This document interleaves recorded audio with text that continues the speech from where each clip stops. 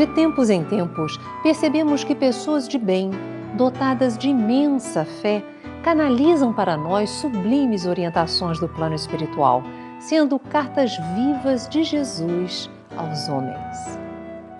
São os benfeitores da humanidade, certamente enviados pelo Cristo, não apenas para nos esclarecer, mas para nos ensinar exemplificando o bem diante dos maiores desafios. São homens, mulheres, pobres, ricos, de todas as crenças e culturas.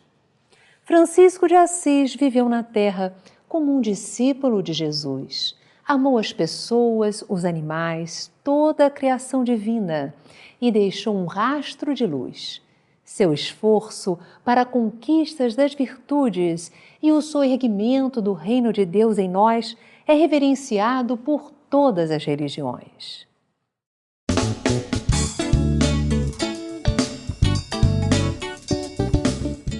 Francisco nasceu em 1181 na cidade de Assis, na Umbria, Itália. Foi batizado com o nome de Giovanni, mas recebeu de seu pai o apelido de Francesco, em homenagem à estrada francesca que ligava suas terras às ricas regiões da Provença, na França.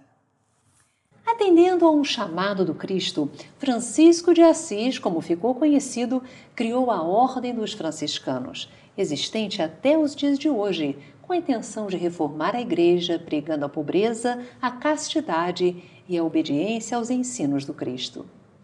Que reforma Francisco tinha a intenção de realizar a pedido do Cristo? Como viveu junto aos seus seguidores? Ele realmente falava com os animais? Por que a humanidade reverencia Francisco de Assis? Para falar sobre este benfeitor da humanidade, está aqui conosco Jorge Damas. Ele é escritor, psicólogo e pesquisador espírita.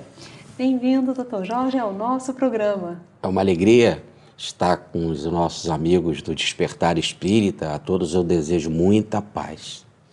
Quem foi, em realidade, Francisco de Assis? É João Evangelista que volta às praias planetárias. Que beleza! João de volta. Aliás, já anunciado pelo próprio Jesus, como está no Evangelho de João, no capítulo 21, quando ele diz que ele, João, não desencarnaria no fenômeno da cruz só depois da vinda de Jesus. E Jesus só volta, marcando realmente João Francisco, em 1224, no Monte Alverne, quando ele ficou com as estigmas. Mas vamos falar isso um pouco mais na frente. Francisco, até determinado tempo, ele era um jovem comum, com as aptidões, com as atividades normais. Como foi que ele mudou e recebeu esse chamado de Jesus? Ele era um jovem rico e que vivia na opulência da riqueza. Seu pai era um grande comerciante. Ele aprendeu a ler, aprendeu a escrever na igreja de São Jorge, aprendeu os rudimentos da contabilidade. E a ideia era de ser um homem rico que iria cuidar dos negócios do pai. Por isso seu nome, Francisco, francesinho, né? Aquele que trazia as riquezas da França. Ora, no caso, ele começa a ter o encontro com Cristo quando, em 1202, ele é preso numa guerra que houve entre a cidade de Assis e a Perugia. Ali ele pegou malária e sofreu 1 ano na cadeia, teve de ser resgatado pelo pai. Ali, diante da dor, diante do sofrimento, ele começa a ter alguma necessidade de orar, mas de forma mais sentida, mais refletida.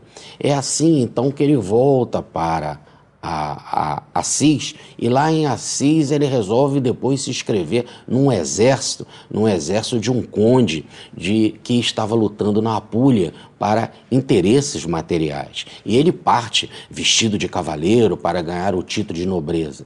E Jesus aparece para ele em sonho e diz assim: o que é melhor, seguir o servo ou o Senhor? Ele diz, o Senhor. Eu falei, então volta para Assis porque você está seguindo o servo, que era, no caso, o conde que ia para a guerra. Volta porque lá em Assis será dito. Aí ele começa intensamente a orar.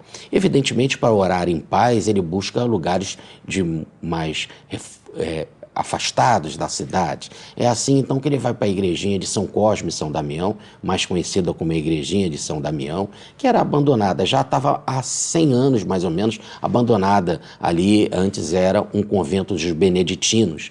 Ele então ali no local mais afastado começa a orar. E ele fala assim para o crucifixo, aliás uma pintura belíssima em madeira feita por um artista sírio. Ele fala então com o crucifixo que ele queria que houvesse uma troca de luz, que a luz do crucifixo iluminasse as trevas do coração dele, para que ele pudesse ter bom senso, para que ele pudesse ter caridade, pudesse ter uma fé direita para cumprir a vontade do Senhor. Ora, é aí então fato inusitado. O crucifixo fala com ele, num fenômeno de efeitos físicos e de vidência maravilhosos. O crucifixo fala com ele e diz: não está vendo o estado da minha igreja? Reforma a minha igreja.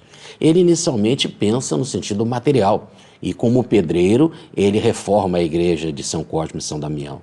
Depois a igreja de São Pedro, depois a igrejinha da Porciúncula. Porciúncula quer dizer uma porçãozinha de terra, que era a igrejinha de Santa Maria dos Anjos. E a devoção dele por Maria era muito grande, porque sendo ele João Evangelista, ele era o filho que Jesus deu na cruz para Maria cuidar, né, e orientar. Então ele cuida desta igreja, mas ele percebe que não era uma atividade, antes de tudo, com um pedreiro, porque ao ouvir uma mensagem do sacerdote, dizendo que Jesus mandava pregar, abandonando tudo, ele percebe a mensagem da pobreza. E aí ele muda intensamente a sua vida e começa então a fazer as suas pregações evangélicas, falando das virtudes então do evangelho. E a sua primeira pregação foi na igreja de São Jorge, que fica no centro de Assis, né, onde ele aprendeu a ler e a escrever. E como ele chega na criação da ordem? É isso. Aí, então, ele começa a pregar, as pessoas se aproximam. Quem é esse louco que está pregando?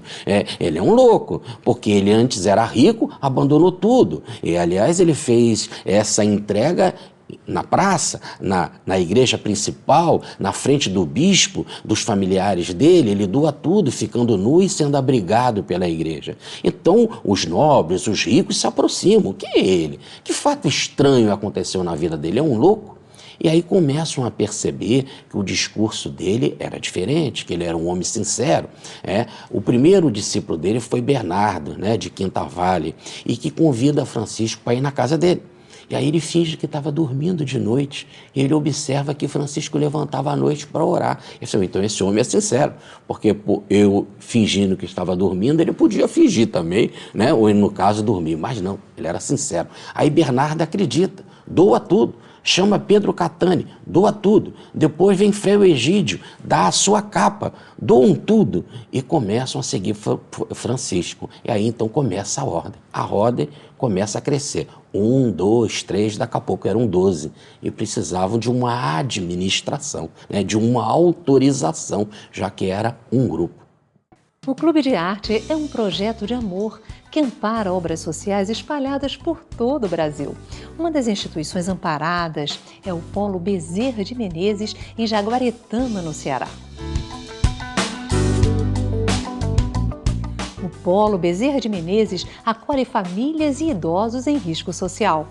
Participe dessa obra de amor associando-se ao Clube de Arte. Você vai receber brindes mensais na forma de CDs, DVDs ou livros, mais a assinatura gratuita da revista Cultura Espírita. E você ainda ajuda na manutenção das obras sociais e dos projetos de divulgação da arte espírita. Na promoção de hoje, você se associa agora e, além dos brindes do mês, o CD Medo e Coragem e a revista Cultura Espírita, você vai receber inteiramente grátis o livro Lealdade, de Francisco Cândido Xavier.